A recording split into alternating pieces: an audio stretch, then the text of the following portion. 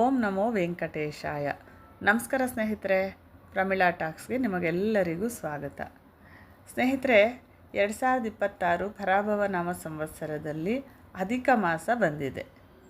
ಈ ಮಾಸದಲ್ಲಿ ಯಾವ ಕಾರ್ಯಗಳನ್ನು ಮಾಡಬೇಕು, ಯಾವ ಕಾರ್ಯಗಳನ್ನು ಮಾಡಬಾರ್ದು, ಮದುವೆ, ಗೃಹ ಪ್ರವೇಶ, ಅನ್ನಪ್ರಾಶನ, ನಾಮಕರಣ, ಹೊಸ ವ್ಯಾಪಾರಗಳನ್ನು ಆರಂಭಿಸುವುದು ಮುಂತಾದ ಶುಭ ಕಾರ್ಯಗಳನ್ನು ಮಾಡಬಹುದಾ, ಮಾಡಬಾರ್ದಾ, ಅಧಿಕ ಮಾಸ ಯಾವ ತಿಂಗಳಲ್ಲಿ, ಯಾವ ಮಾಸದಲ್ಲಿ ಅಧಿಕವಾಗಿ ಬಂದಿದೆ, ಅಧಿಕ ಮಾಸ ಯಾವಾಗ ಪ್ರಾರಂಭವಾಗಿ ಯಾವಾಗ ಅಂತ್ಯವಾಗುತ್ತೆ ಅನ್ನೋದು ಎಲ್ಲ ವಿವರಗಳನ್ನು ಈ ವಿಡಿಯೋದಲ್ಲಿ ವಿವರವಾಗಿ ತಿಳ್ಕೊಳ್ಳೋಣ. ನಿಮ್ಮಲ್ಲಿ ಯಾರಾದರೂ ನನ್ನ ಚಾನಲ್ನ ಸಬ್ಸ್ಕ್ರೈಬ್ ಮಾಡ್ಕೊಳ್ತಾ ಇದ್ದರೆ ಸಬ್ಸ್ಕ್ರೈಬ್ ಮಾಡ್ಕೊಳ್ಳಿ.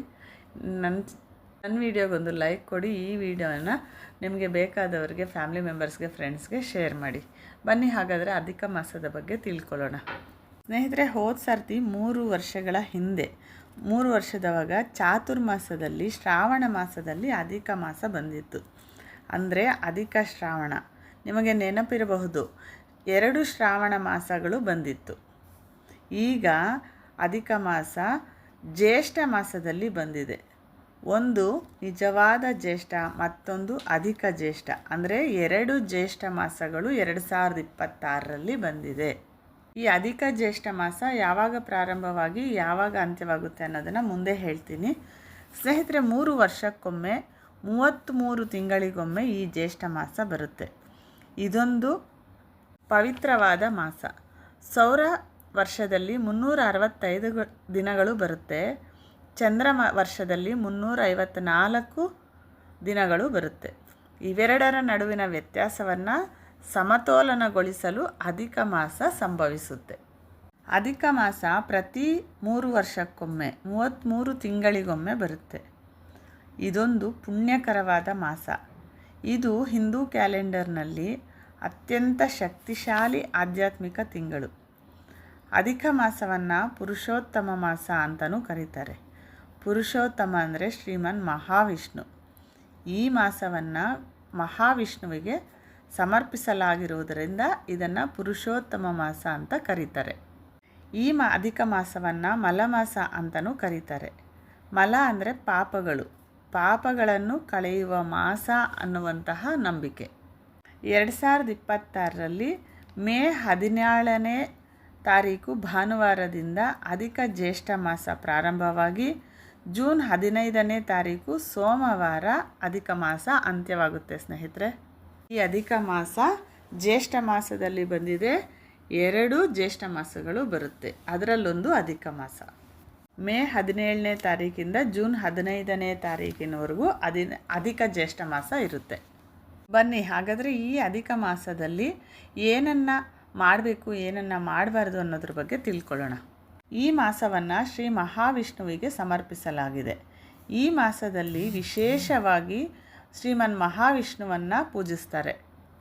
ಈ ಅಧಿಕ ಮಾಸದಲ್ಲಿ ಮದುವೆ, ಗೃಹ ಪ್ರವೇಶಗಳು, ನಿಶ್ಚಿತಾರ್ಥ, ನಾಮಕರಣ, ಅನ್ನಪ್ರಾಶನ, ಹೊಸ ವಾಹನ ಖರೀದಿ, ಹೊಸ ವ್ಯಾಪಾರಗಳನ್ನು ಆರಂಭಿಸುವುದು, ಆಸ್ತಿ ಖರೀದಿ, ಹೊಸ ಮನೆ ಕಟ್ಟಲು ಪ್ರಾರಂಭಿಸುವುದು, ಹುಟ್ಟು ಕೂದಲು ಮುಂತಾದ ಶುಭ ಕಾರ್ಯಗಳನ್ನು ನಿಷೇಧಿಸಲಾಗಿದೆ. ಈ ಶುಭ ಕಾರ್ಯಗಳನ್ನು ಈ ಅಧಿಕ ಮಾಸದಲ್ಲಿ ಮಾಡಬಾರದು ಅಂತ ಶಾಸ್ತ್ರಗಳು ಹೇಳ್ತವೆ.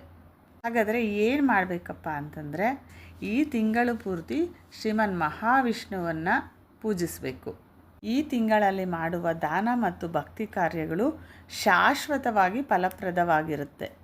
ಈ ತಿಂಗಳಲ್ಲಿ ನೀವು ಮಾಡುವಂತಹ ದಾನಗಳಿಗೆ ದುಪ್ಪಟ್ಟು ಫಲಗಳು ನಿಮಗೆ ಸಿಗುತ್ತೆ. ನಿಮಗೆ ಏನೂ ದಾನ ಮಾಡೋಕ್ಕಾಗಲಿಲ್ಲ ಅಂದರೆ ಈ ತಿಂಗಳಲ್ಲಿ 33 ಹಣ್ಣುಗಳನ್ನಾದರೂ ದಾನ ಮಾಡಬೇಕು ಅಂತ ಶಾಸ್ತ್ರಗಳು ಹೇಳ್ತವೆ. ವಿಷ್ಣು ಸಹಸ್ರನಾಮವನ್ನು ಓದುವುದು, ಭಗವದ್ಗೀತೆಯನ್ನು ಓದುವುದು, ಸತ್ಯನಾರಾಯಣ ಸ್ವಾಮಿ ಕಥೆಯನ್ನು ಓದುವುದು, ಸತ್ಯನಾರಾಯಣ ಸ್ವಾಮಿ ಪೂಜೆಯನ್ನು ಮಾಡುವುದು ಹೆಚ್ಚು ಶುಭ ಫಲಗಳನ್ನು ತಂದುಕೊಡುತ್ತೆ. ಈ ತಿಂಗಳಲ್ಲಿ ನೀವು ಮಾಡುವಂತಹ ದೈವಿಕ ಆಚರಣೆಗಳು, ಪೂಜೆಗಳು, ಉಪವಾಸ, ವ್ರತ, ಜಪ, ಪ್ರಾರ್ಥನೆ, ಪವಿತ್ರ ಗ್ರಂಥಗಳ ವಾಚನ ಮುಂತಾದ ಧಾರ್ಮಿಕ ಚಟುವಟಿಕೆಗಳು ನಿಮ್ಮ ಹಿಂದಿನ ಕರ್ಮಗಳನ್ನು ಕಳೆದು ದೈವಿಕ ಅನುಗ್ರಹವನ್ನು ನೀಡುತ್ತವೆ. ಈ ತಿಂಗಳಲ್ಲಿ ನೀವು ಮಾಡುವಂತಹ ಎಲ್ಲ ದೈವಿಕ ಕಾರ್ಯಗಳು, ಎಲ್ಲ ದಾನಗಳು ನಿಮಗೆ ದುಪ್ಪಟ್ಟು ಫಲಗಳನ್ನು ತಂದುಕೊಡ್ತವೆ. ಅಧಿಕಸ್ಯ ಅಧಿಕ ಫಲಂ ಅಂತಾರೆ. ಅಂದರೆ ಈ ಮಾಸದಲ್ಲಿ ನೀವು ಮಾಡುವಂತಹ ಪೂಜೆಗಳು ದಾನ ಧರ್ಮಗಳು ನಿಮಗೆ ಹೆಚ್ಚಿನ ಫಲಗಳನ್ನು ಪಡೆಯಲು ಈ ಮಾಸ ನಿಮಗೆ ಪುಣ್ಯವಕರವಾದ ಮಾಸ ಆಗಿದೆ ಸ್ನೇಹಿತರೆ. ಮಾಸದಲ್ಲಿ ಇನ್ನೊಂದು ವಿಶೇಷ ಏನಪ್ಪ ಅಂತಂದರೆ, ನೀವು ಮನೆಯಲ್ಲಿ ಹಾಕುವಂತಹ ರಂಗೋಲಿ, ಈ ರಂಗೋಲಿಯನ್ನು ದೇವರ ಮುಂದೆ ನೀವು ದಿನ ಬೆಳಗ್ಗೆ ಹೊಸಲ ಮುಂದೆ ಹಾಕೊಳ್ಳೋ ರಂಗೋಲಿಯನ್ನು ಹಾಕ್ಕೊಳ್ಳಿ. ಇದು ವಿಶೇಷ ಏನಪ್ಪ ಅಂದರೆ, ಈ ರಂಗೋಲಿಯನ್ನು ನೀವು ದೇವರ ಮುಂದೆ ಅಥವಾ ತುಳಸಿಯ ಮುಂದೆ ಇದನ್ನು ಹಾಕಬೇಕು. ನೀವು ದೇವರ ಮುಂದೆ ಜಾಗ ಇಲ್ಲದಿದ್ದರೆ ಒಂದು ಪೀಠವನ್ನು ಇಟ್ಟು ಪೀಠದ ಮೇಲಾದರೂ ಹಾಕ್ಬೋದು ಈ ರಂಗೋಲಿಯನ್ನು. ಏನಪ್ಪ ಈ ರಂಗೋಲಿ ಅಂದರೆ, ಮೊದಲು ಶ್ರೀಕಾರವನ್ನು ಬರೆದು ಶಂಕು ಚಕ್ರವನ್ನು ಬರೀಬೇಕು. ನೀವು ಬೇಕಾದರೆ ಗದಪದ್ಮ ರಂಗೋಲಿಯನ್ನು ಹಾಕ್ಕೋಬಹುದು, ಆಕಳ ರಂಗೋಲಿಯನ್ನು ಹಾಕ್ಕೋಬಹುದು. ರಂಗೋಲಿಯನ್ನು ನೀವು ಪ್ರತಿನಿತ್ಯ ಹಾಕೋದ್ರಿಂದ ನಿಮಗೆ ಹೆಚ್ಚು ಪುಣ್ಯ ಫಲಗಳು ನಿಮ್ಮದಾಗುತ್ತೆ. ಸ್ನೇಹಿತರೆ, ಈ ಅಧಿಕ ಮಾಸದಲ್ಲಿ ಇಡೀ ಭೂಮಂಡಲದ ಜವಾಬ್ದಾರಿಯನ್ನು ಯಾರು ತಗೋಬೇಕು ಅಂದಾಗ ಎಲ್ಲ ದೇವತೆಗಳು ಬಿಟ್ಟಾಗ ಶ್ರೀಮನ್ ಮಹಾವಿಷ್ಣುವು ನಾನು ತೆಗೆದುಕೊಳ್ಳುತ್ತೇನೆ ಅಂತ ಒಪ್ಪಿಕೊಂಡ್ರಂತೆ. ಈ ಅಧಿಕ ಮಾಸದಲ್ಲಿ ಶ್ರೀಮನ್ ಮಹಾವಿಷ್ಣುವು ಅರಳಿ ಮರದಲ್ಲಿ ಲಕ್ಷ್ಮೀ ಸಮೇತರಾಗಿ ಇರ್ತಾರಂತೆ. ಆದ್ದರಿಂದ ಅಧಿಕ ಮಾಸದಲ್ಲಿ ಬರುವಂತಹ ಪ್ರತಿ ಶನಿವಾರದಂದು ನೀವು ಅರಳಿ ಮರದ ಮುಂದೆ ಒಂದು ತುಪ್ಪದ ದೀಪವನ್ನು ಹಚ್ಚಿದರೆ ಅನಂತವಾದ ಪುಣ್ಯ ಫಲಗಳು ನಿಮ್ಮದಾಗುತ್ತೆ. ಹಾಗೆಯೇ ಕೆಳಗೆ ಅಂದರೆ ಮರದಿಂದ ಕೀಳಬಾರ್ದು, ಕೆಳಗೆ ಬಿದ್ದಿರುವಂತಹ ಅರಳಿ ಎಲೆಗಳನ್ನು ತೆಗೆದುಕೊಂಡು ಬಂದು ತೊಳೆದು ನೀವು ಮನೆಯಲ್ಲಿ ದೇವರ ಮನೆಯಲ್ಲಿ ದೀಪ ಹಚ್ಚುವಾಗ ದೀಪದ ಕೆಳಗೆ ಇಟ್ಟು ಅಕ್ಕಿ ಹಿಟ್ಟಿನ ದೀಪಗಳನ್ನು ಹಚ್ಚೋದ್ರಿಂದ ನಿಮ್ಮ ಬೇಡಿಕೆಗಳು ಈಡೇರ್ತವೆ ಅಂತ ಶಾಸ್ತ್ರಗಳು ಹೇಳ್ತವೆ. ಈ ದಿನ ಈ ಅಧಿಕ ಮಾಸದಲ್ಲಿ ನಿಮಗೆ ಸಾಧ್ಯವಾದರೆ 21 ದಿನ ಪ್ರತಿದಿನ ಸಾಯಂಕಾಲ ಪ್ರದೋಷ ಸಮಯದಲ್ಲಿ ವಿಷ್ಣುವಿನ ಮುಂದೆ ದೀಪವನ್ನು ಹಚ್ಚಿ ವಿಷ್ಣು ಸಹಸ್ರನಾಮವನ್ನು ಹೇಳ್ಕೊಳ್ಳಿ, ಭಗವದ್ಗೀತೆಯನ್ನು ಓದಿ. ನಿಮ್ಮ ಸಕಲ ಪಾಪಗಳು ಕಳೆದು ಹೋಗ್ತವೆ. ಈ ಅಧಿಕ ಮಾಸದಲ್ಲಿ ನಿಮಗೆ ಹತ್ತಿರದಲ್ಲಿರುವಂತಹ ವಿಷ್ಣು ಆಲಯಗಳಿಗೆ ಅಥವಾ ವೆಂಕಟೇಶ್ವರ ಸ್ವಾಮಿಯ ಆಲಯಗಳಿಗೆ ಭೇಟಿ ಕೊಡಿ.